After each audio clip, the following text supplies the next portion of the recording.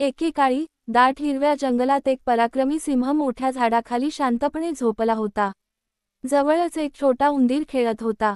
अन्न शोधत फिरताना तो चुकून सिंहाच्या मोठ्या पंजावरून धावला. सिंह मोठ्या गर्जनेसह जागा झाला आणि त्याने त्या छोट्या उंदराला पकडले. उंदीर घाबरून थरथर कापू लागला आणि म्हणाला, "अरे वनराजा, मला माफ करा. तुमची झोप मोडण्याचा माझा हेतू नव्हता.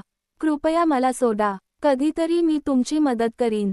सिंह मोठ्याने हसला. "तू माझी मदत करशील? तू किती लहान आहेस." पण त्याला दया आली आणि त्याने उंदराला सोडून दिले.